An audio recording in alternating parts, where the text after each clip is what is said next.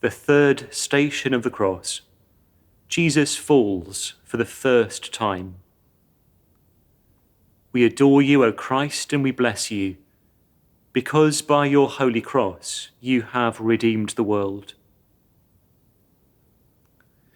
A reading from the prophet Isaiah. Surely he has borne our infirmities and carried our diseases. Yet we accounted him as stricken, struck down by God and afflicted. But he was wounded for our transgressions, crushed for our iniquities. Upon him was the punishment that made us whole, and by his bruises we are healed. All we like sheep have gone astray. We have all turned to our own way, and the Lord has laid on him the iniquity of us all.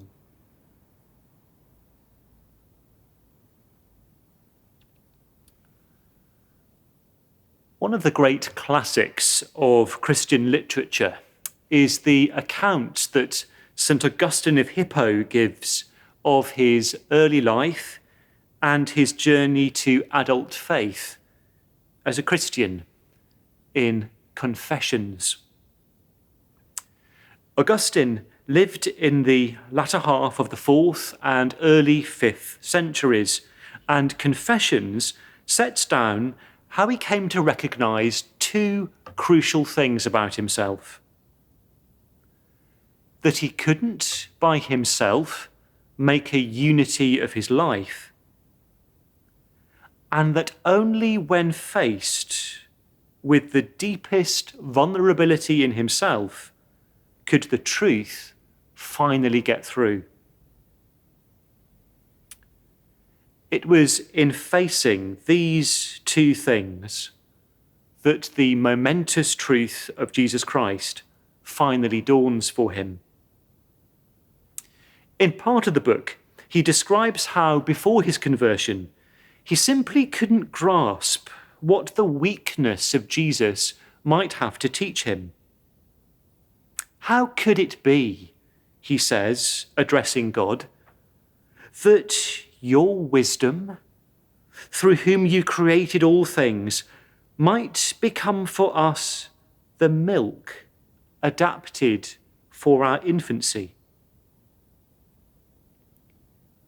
He can't yet see why the eternal Creator God should take the risk of becoming a human to nurture and form a people as his own.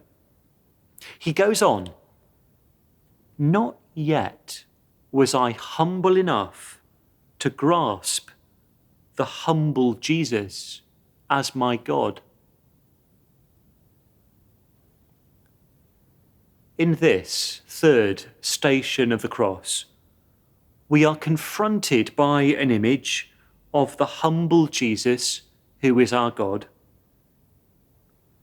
The fall is no mere accident, although we might imagine the weight of the cross bearing down upon the shoulders.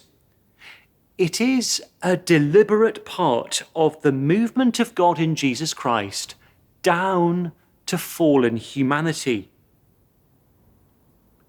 What St. Augustine of Hippo had to learn, and what we see from this image, is that God is defined in the self-forgetting, self-emptying love of Jesus, the eternal Word, who lives a human life for our sake and is obedient to the point of death.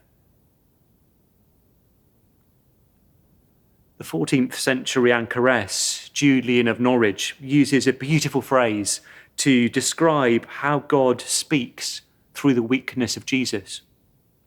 She writes, "Of God come down to the lowest part of our need. For he does not despise what he has made, nor does he disdain to serve our humblest earthly needs. For he loves the soul he has made in his likeness." In order to grasp the length, breadth, and depth of that love, we, like Augustine, have to leave go of the destructive pride which hardens our hearts. One of the challenges for all of us is to accept our own weakness and surrender the bravado of imagining ourselves as safe and strong so that we can attune our lives to God. If we're fortunate, the penny drops through self-awareness and reflection. But more often than not, it's when we find ourselves fallen to the ground. A loved one dies.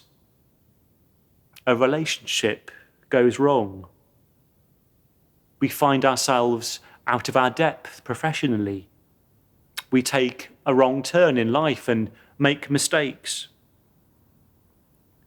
At the time, we feel that things are disintegrating around us.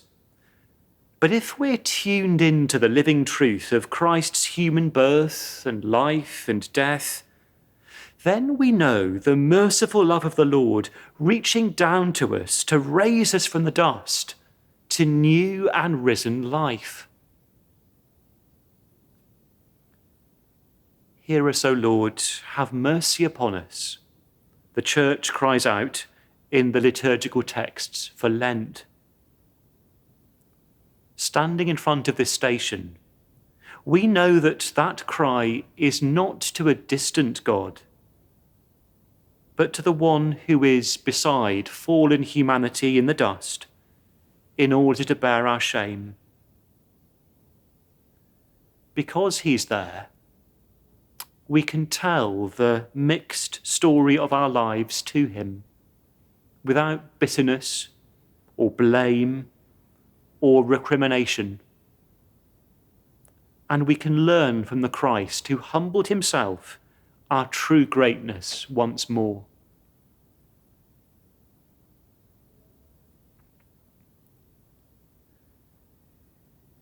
Jesus, help us tell the truth about ourselves. Help us not to be afraid to see ourselves with your eyes.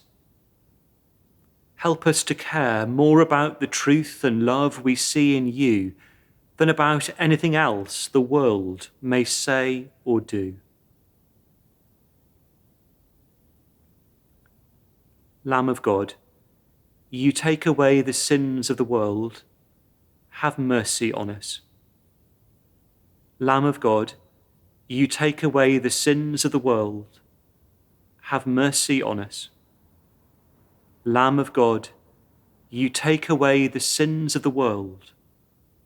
Grant us peace.